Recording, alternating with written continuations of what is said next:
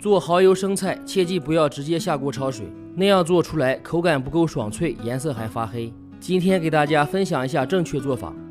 2毛钱1斤的长生菜先去根，清洗生菜不要去冲洗，那样不能完全洗干净。先往水里面加1勺盐，搅拌化开。生菜里面可能会有虫卵，淡盐水不仅能够杀死虫卵，也能有效的去除残留。先把生菜放水里浸泡5分钟，这样效果更好。泡一会儿可以看一下水里面有很多杂质，如果是天气热的话，免不了还会有一些小虫子。先把生菜一片一片清洗一下，洗完以后再换水清洗干净。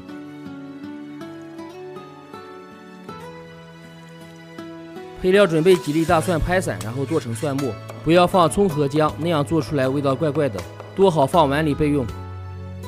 接下来调一个料汁，碗里先加入蚝油，加少量生抽，加入盐、鸡精和白糖，盐一定要少放，蚝油和生抽里面都有盐味。加入清水，再放少量生粉，搅拌化开，把料汁提前调好，这样做菜就不会手忙脚乱了。很多朋友都是水开以后直接放入生菜，那样容易发黑。正确做法是先往里面加1勺盐，再放少量的食用油。盐可以给生菜入个底味，放一点食用油可以给生菜形成一层保护膜，做出来颜色更翠绿。生菜本身是可以生吃的，烫的时间不用太长，大概20-30秒就可以了。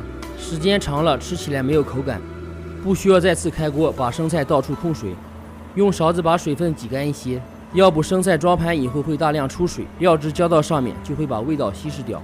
锅里放油，加入蒜末，小火炒香。蒜末是非常容易炒糊的，一定要注意控制火候。炒至颜色微黄，把料汁下锅熬一下，激发出香味。熬至汤汁有点浓稠就可以了，有一点像酸奶状。太稀了挂不到生菜上面，太稠了影响卖相。把生菜简单摆一下，装到盘里。视频都看到这里了，如果对你有帮助的话，麻烦伸出您发财的小手，点赞、评论、转发一下吧，非常感谢。最后把料汁浇到上面即可。